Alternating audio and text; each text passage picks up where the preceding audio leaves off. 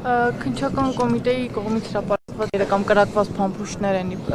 նկարել եւ զենքեր, որոնք ունեն օրինական թուղթ եւ գործածելու իրավունք, հա, այս ինչպես եք բնորոշում, այսինքն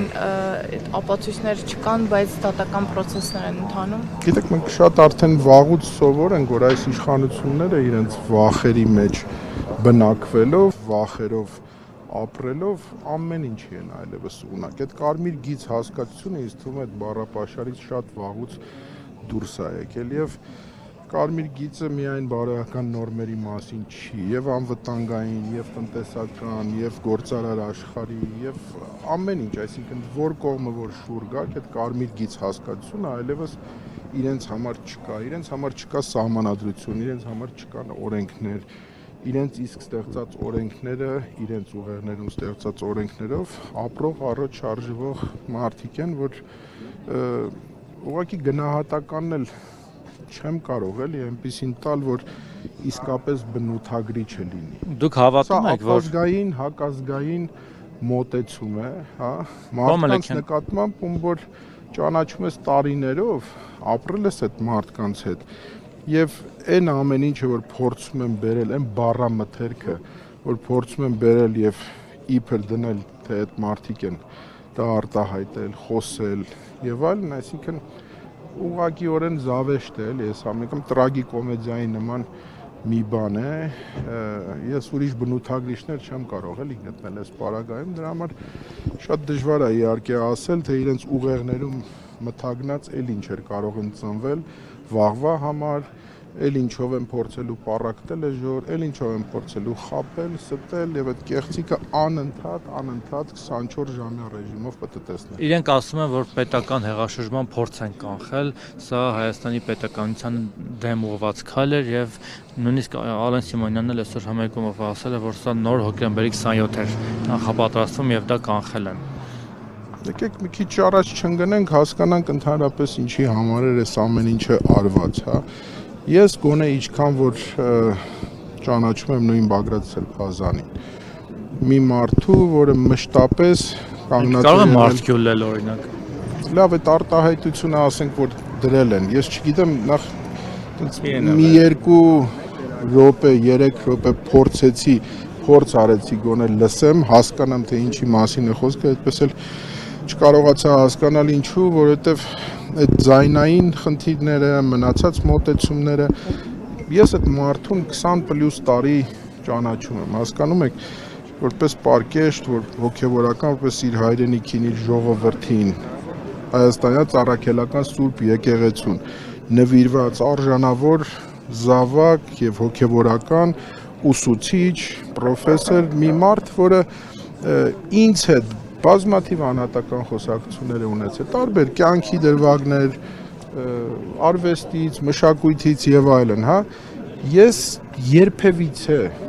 նույնիսկ այդ մտերմության արդյունքում իր բառապաշարի մեջ բացակայում են նման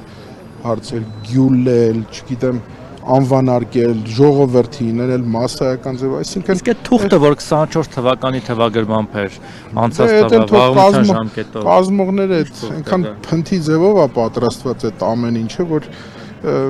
ծիծաղաշարժ է, էլի ուղղակի։ Բայց ընդդիմությունը հեղաշրջում չասենք, լավ իշխանապողության կամ հեղափոխության պլան ունի, թե չունի, պարոն Մելիքյան։ Դե այդ ընդդիմությանը պիտի հարցնի, որ ունենալ հենա մի բան կաներ։ Չէ, ընդդիմությունը համենայն դեպս երևի թե ամեն մեկը իր կողմից, իր մոտեցմամբ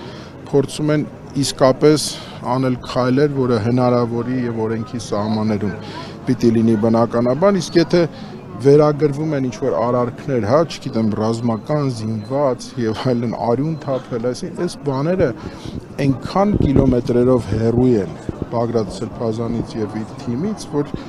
ուղղակիորեն մեկնաբանության անգամ։ Իսկ Սամվել Կարապետյանի ձերբակալությունը այս ամբողջ հաղթահարի մի մասն է կազմում, որովհետև սա հաջորդեց Սամվել Կարապետյանի ձերբակալությանը կալանավորմանը։ Միգուցե եւ ես առիթով ասել եմ դրա մասին, այսինքն այն մոտեցումը,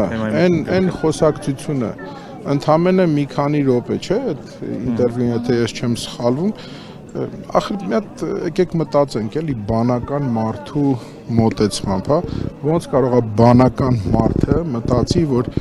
Սամվել Կարապետյանի նման մեկը, որին ճանաչում է ամբողջ հայ ժողովուրդը, որը ճանաչելի է նաև Հայաստանի սահմաններից դուրս եւ դա միայն Ռուսաստանին չի վերաբերվում, հա։ Այսինքն ոնց կարելի է վերագրել, չգիտեմ, կոչ, այդ մեր ձևով, հա, մեր ձևով անել է, ոնց կարելի է փոխել, սարքել սա հեղաշրջման մոտեցումը, դե ձեր ձևով հեղաշրջումն է եւ այդ իրենց պատկերացումների մեջ է երևի իրանց այդ ձևերը, որ ժամանակին արել են, իրենք արել են նորմալ, հա, երևի թե իրանց պատկերացման օրենքի սահմաններում, բայց իհարկե այդ ամեն ինչը եղել է աննորմալ։ Նորից ու նորից գալով օրվա բուն թեմային, խնդիրը այստեղ այո նույն վախերի մեջ է։ Այո, ամեն ինչ արվելու է, շարունակաբար է արվում, որպեսզի ժողովրդին ընդհանրապես շեղեն մեր ամենակարևոր այսօրվա դրությամբ, էլ չասեմ տարածաշրջանի վերջին զարգացումները նկատի առնելով շեղել ուղակի օրակարգից։ Համար մեկ օրակարգ այսօր Հայաստանի համար դա անվտանգային միջավայրի խնդիրն է։ Եվ երբ որ դու տեսնում ես, որ հարևան երկրում, ես նկատի ունեմ Իրано-իսրայելյան այս 12-օրյա բախում, այդ լարվածությունը եւ դրան զուգահեռ ինչով է զբաղվել Հայաստանի ոչ բարով իշխանությունը, վարչախումբը, պատկերը միանգամից պարզ է դառնում ձեզ համար, հասկանում եք, այսինքն մարդիկ նույնիսկ չեն մտածում այս ժողովրդի, այս երկրի, այս հողի անվտանգության մասին։ Իսկ դա մեր թիվ 1 խնդիրը պիտի լինի ամենօրյա, միայն ու միայն, համար 1 եւ գլխավոր ու առանցքային խնդիրը։ Այն ինչ տեղի ունենում եկեղեցու դեմ արշավի համատեքստում տեսնում եք դուք։ Ամեն ինչ, այո, ամեն ինչը փաթեթավորված տեսեք, հա, նույնիսկ եթե ես չեմ սխալվում, չեմ էլ ուզում ցիտել, հա, բայց այդ գնահատականը տրվեց, չէ, ինչ որ քրյա օլիգարխի կղերական ինչ որ sense բնութագրիչ տրվեց, այդ ամեն ինչը ամեն մի բառը որ վերցնեք, դուք կտեսնեք այս բոլոր հարցակումները ինչով է պայմանավորված։ Նույն այդ վախերով է պայմանավորված, որովհետև ժողովուրդը շատ ավելի շատ սկսել է հասկանալ դրա մասին, պետական ապարատը շատ ավելի շատ սկսել է հասկանալ դրա մասին,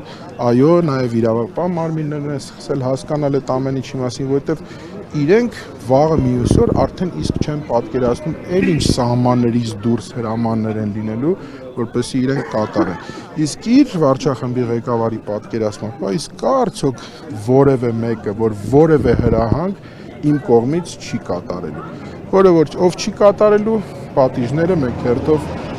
տեսնելու ենք։ Այսպես ուզում են լրացնեն, այսպես ուզում են նորից պառակտեն, նորից անջատեն, նորից բաժանեն, ինչքան են անելու։ Մի ողջ ժողովրդի պիտի ձերբակալեն,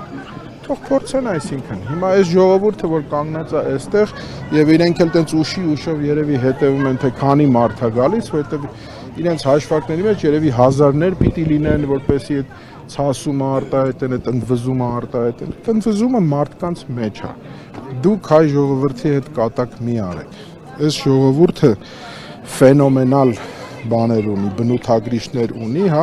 մենք շատ ենք խոսել, շատ ենք քննարկել, հա, լավ, էլ ինչ պիտի լինի, որ այս ժողովուրդը ոտքի կանգնի։ Ինքը գիտի ինչ պիտի լինի եւ ինքը շատ լավ է հասկանում, որովհետեւ արյան կանչ ունի վերջի վերջո, այդ արյունը դեռ ջուր չի դարձել մեկ եւ երկրորդը չի պղտորվել։ Ինչքան էլ փորձում են այդ պղտորել, այդ արյունը, չգիտեմ, վերագնահատել, վերաձևակերպել, ռևիզիոնիզմի ենթարկել մի ամբողջ 5000 տարվա պատմություն, դա չի ստացվելու։ Ինչ որ հատվածական որոշակի ինչ որ հաջողություններ իրենց պատկերացումներով միգուցե կգրանցեն, բայց բնականաբար ամբողջական առումով դատապարտված են լինելու եւ պարտություն են ունենալու միանշանակ, որովհետեւ հային հնարավոր չի կոտրել, ջարդել, նսեմացնել, փոքրացնել եւ վերացնել։ Այլապես մենք միջև հիմա եթե մնացել ենք կանք այսքան, սա էլ է անցնելու միանշանակ եւ ժողովուրդը կգոտեպնդվի, վստահ եմ մեջ կկուղի եւ հաստատ կկանգնի իր իսկ ինքնության համար, իր ընտանիքի եւ իր զավակների համար։ Շնորհակալ եմ։ Ես եմ շնորհակալ։